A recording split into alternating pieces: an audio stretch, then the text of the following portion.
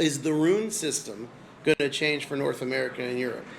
The Steam version, we focus a lot on character growth Okay. and progression. So the importance of rune is actually a little bit lower Than it is on the Japanese one? Okay. Okay, now I want to move on to the rune system. This was one of the biggest issues on Japan, and I've touched on this in one of my other videos. The problem with runes is that through offensive stats like ability power and attack power, that these two stats just far outscaled everything else, and it created a huge damage issue into the game to where damage completely outscaled defensive stats. What you would have is once people get to a certain level in gear progression, you're just getting really unhealthy time to kill. And so I'm gonna give a few examples of that.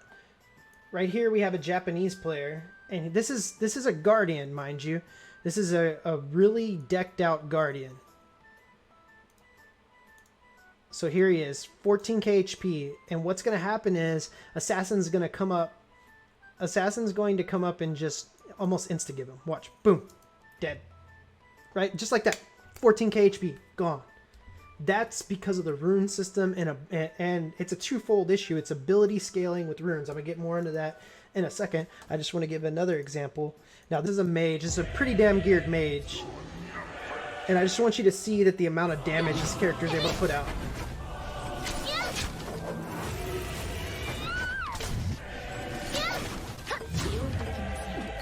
It's freaking ridiculous.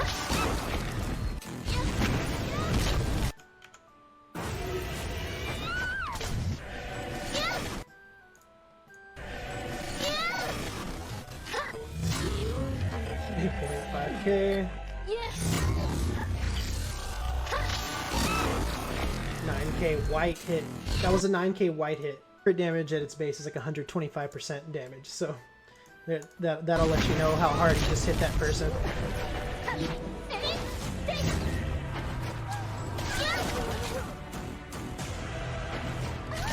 This character right here is like God mode for the most part. He's playing on God mode. If you watch his camera movement, the way his camera movement's so stiff, you just watch his actual positioning and movement. And if you know Mage well, his moment to moment actions, he's not, like, no offense to him, he's not an amazing player, but he's just hit critical mass with his gear. And he's just starting to blow people up. And the thing is, that mage right there is only at around, I think, around 2.5k AP. And I know from sources that have actually played and gotten to the highest levels of gear that you can actually get to, that mages can reach anywhere up to 3k plus. I think maybe even up to 4k. And apparently some of them can even hit for upwards of 30k with AoE abilities. That's all due to the rune system. Let me just show you. Look at this.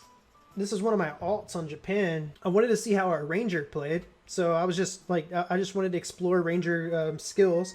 So I was leveling a ranger. I took really crappy lobby dungeon gear and I went and bought runes on the marketplace. And this is only blue runes. I'll give you an example of that in a second. I slotted out runes, and this person is at least level 40. I would say at the lowest, maybe you could maybe say they're level 38, but I'd say they're at least around level 40. Watch this. And even if you made that argument, it's still not, it doesn't excuse something like this to happen. Just gonna charge up snipe. Boom, one shot. 8.2k crit. That's completely unacceptable, and that's just from one level of runes. Show you just one more thing. This was my mage on the other server that I was messing around with. This is a person. This mage just has power runes, blue power runes, and not every slot. This is not a completely optimized rune set. That's it. That's an 8.7k or 9.7k crit with ice waves. Okay, that's just ridiculous damage. That right there is already ridiculous damage. That's AoE, and I mean, look how much HP I have right here. This character is not in the right gear set right here, so I should, like, just at a base level, a mage should have around 10 to 11, maybe 12k HP. But still, that's just ridiculous damage. I just want to give you a little breakdown of runes real quick. And I did this in my other video, so I'm just going to be really quick and concise with it. So here's a piece of gear right here. Here's a helm. As you can see, 63 spell power. That S gear, and I'm gonna put it up here on the screen. I'm gonna show all the rune options. This rune right here is the Eagle rune, and the blue rune of it gives 63 power. But that's not it. There's a purple version of the rune that gives around 72 power. And the way it works is when a piece of gear drops, there's going to be a rune slot attached to it. That rune slot is completely random upon drop or upon when you craft it. Based on the rune slot in the piece of gear, you can then put an equivalent rune inside of that. If you get all Eagle drops, you can put all Eagle gear. So you can just have pure power. What's the problem with that? I just want to present the problem in a nutshell. First of all, on Korea, this system didn't exist. And I explained this in my past video, but I'm just going to give a brief explanation of it right here. Certain pieces used to have limited things that could be slotted in them. So you could never have a situation to where you could get full pieces Eagle, because certain pieces were designated to only certain rune slots. Yeah, that hurt build variety and customization, but at the same time it kept power under control. Well, my theory is they changed this new system on Japan and they kept ability power scaling ratios exactly the same. Same thing with attack power. So this affects healing, this affects damage for both magic and physical. So what you get are these crazy healing numbers, you get these crazy damage numbers, but the problem is because these ratios are probably still the same as they were before, back when you could get a lot less power. But one of the major problems is the defensive stats don't actually keep up. And not only that, the amount of things you get from like crit runes. Crit runes have still a good chunk of ability power or attack power on them, but the amount of crit you actually get out of them is pretty minuscule. I think a fully stacked character might get like 10% crit just from their gear alone. Now there's certain classes like Ranger who can get an absurd amount of crit from their toolkit, but with the actual runes, you couldn't get a lot of crit. So for most classes, you're just going to want to prioritize pure power. And then you have the haste runes, which you might stack all haste and get a measly 8% CDR and like shave off 0.25 seconds cast time. It's completely blown out the water by just pure power and the way abilities scale with it. And that's not all. Then you have the awakening system. So in old Korea, you could only upgrade to +10, and when you upgrade, it would upgrade your actual stats on the item. So you would get a good amount of power from them. It's not like over the top crazy, but you're getting some character progression there. But now on the newer version of the game, they upped it to +15. And what happens when you get to +15 is you get 2 rune slots on every piece of gear. On every piece of gear, you get 2 rune slots. So what does that mean? If RNGesus is in your favor, you could actually, if you just keep grinding, keep upgrading, you could actually get gear with the double rune slots of what you wanted. It could be like a double Eagle piece. And so what happens is you have characters hitting these absurd spikes. There's like almost an infinite power scaling built into the game, and damage far outscales everything to where it's this super unhealthy, just one-shot fest. What's so like when I first came into Bless, I was almost given this whole false impression when I was playing on KR Rebuild, because there's not really any players on that server. I felt like the game just felt so good because you could get all the best dungeon gear, but if your runes weren't optimized and you're in the best dungeon gear and you even have some good amount of upgrades into it, if your runes aren't optimized, you're not doing absurd amounts of damage. Time to kill is actually pretty freaking healthy. And that is mirrored by, if you go back and watch some of the older Japanese videos when the server's fresh, or even when the server's like a month or 2 old and people are already doing some of the in-game content, you watch the arenas then, time to kill is actually really healthy. But then they hit critical mass and they just keep climbing, and it keeps getting more absurd and more absurd as the game's lifespan goes on. So why am I talking about that? We spent all this time focused on combat, and yet there's much more glaring issues to deal with. And a lot of us have submitted feedback time and time again on this, and the Japanese server has been out for like 6 to 8 months, and yet it's still the same over there. And now we're sitting here with no confirmation on whether it's going to be majorly changed or not. Thank you to content creators like Sir Medieval, Arctix as well. They went and asked the devs about runes, but we kind of got a mixed bag as far as answers go. Cut to this clip right here. Is the rune system going to change for North America and Europe?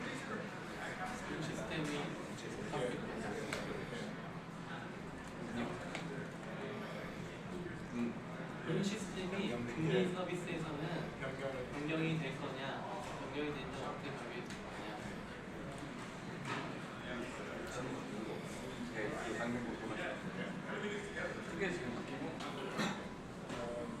So for the Steam version, we focused a lot on character growth. Okay. And progression. So the importance of Rune is actually a little bit lower Than it is on the Japanese one? Okay. But we are going to, it's a fairly important system, so we're going to continue monitoring. So, first of all, thank you, Arctix, for asking that question, because not many people knew to ask that. So it was really important for you all to go and ask that question. But there was a really important answer there. And now that I've actually heard that again, it's going to put the next clip into perspective. But what he said is that on the Steam version, they focused a lot on character progression, which they mean like the new systems that's put into place, which one could already be interpreted as we didn't really focus on runes. But now the focus on runes is less important than it is on Japan because of the new character progression system. So that sounds like, no, we really didn't change it. But that's not 100%. Now I'm just going to play this next clip from Sir Medieval's interview. This is a big one. Does the rune system still play a major factor in endgame? And what they said is not as big as before, and that's also because the character progression is in now. So now that we have to actually farm for those skill gems, we have to apply those to our skills, do upgrades, and we have to unlock our stances. You shouldn't have to worry about the rune system. They're also working on ways to balance it further, the rune system. So you especially won't see any rune stacking, so we won't have to worry about people going around just full bare runes and three-shotting everybody. So they're definitely aware of that, and they said that they're putting mechanics in place to guard against that. Next thing was... Okay. And so he says that, and again, there's not any clear... there's not any footage of the devs actually saying this. We don't know what they actually said. And if you look at the vague response they gave Arctix, there's no telling how vague the response could have been right here. And there was a lot of things that was lost in translation. You have to remember there was a big language barrier. So not everything was communicated properly back and forth. So you don't know what the devs actually meant. But I know there was a podcast the other day with Carthh and a couple other guys, and they also said something about the no stacking, but they were like, one of them was like, what does that even mean? And of course, like, what does that even mean? What does no stacking mean? That could mean a million different things. The way it sounded in Arctix's video was like, no, we really didn't change it because character progression's in, so now it's not as important because of character progression. And Sir Medieval's opening response was also the exact same thing. So did they change it? I don't know. And if there is no stacking, let's look at that. What does that even mean? If you can't just stack bare runes, does that mean you can't stack it in every slot?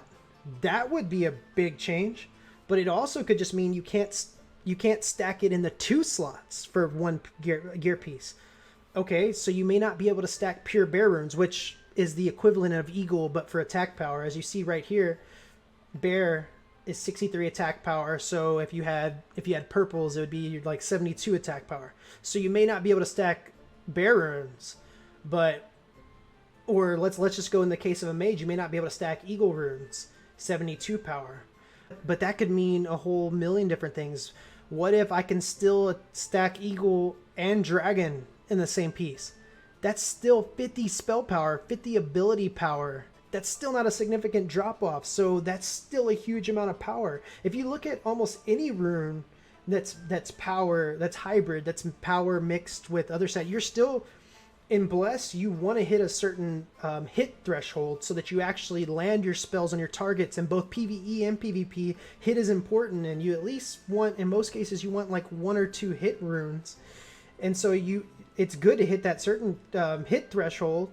Well, over here, hit has 32 ability power on it. If you're still able to stack things like that, it's still going to be ridiculous damage. As I showed you with the Lobi mage hitting for 9k with his ice waves, yes, those are on target dummies, so they don't have armors and resists, but he wasn't at optimized runes. If I were to optimize my runes even with the smaller amounts, it would still hit an absurd, there would still be a point in which you hit critical mass and you're doing absurd amounts of damage. It just may not be as high as before. And I know some thoughts may be like, don't freak out. It kind of sounds like they might have changed it. But my whole thought on is that these are the things that we should be very vocal about right now, because if stuff like this makes it into the game, it's going to drastically hurt the game's lifespan. Not everyone is very forgiving to a game whenever they go in and it's just, and a lot of things operate poorly. One of the worst things that can happen in a MMO is you're going in and you're just you feel powerless. You're getting one shot by characters who have put in more time than you. That's one of the biggest cries across forums on every game in existence. And so there's a lot of players that will go and meet that, and they just might be like, screw it, I'm not giving this game any more of a chance. They'll quit, and you'll have a huge drop in player base. So these are the types of things that really need to be spoken about right now, and we didn't get a clear response on that. And that's when I have to come to decision-making trends.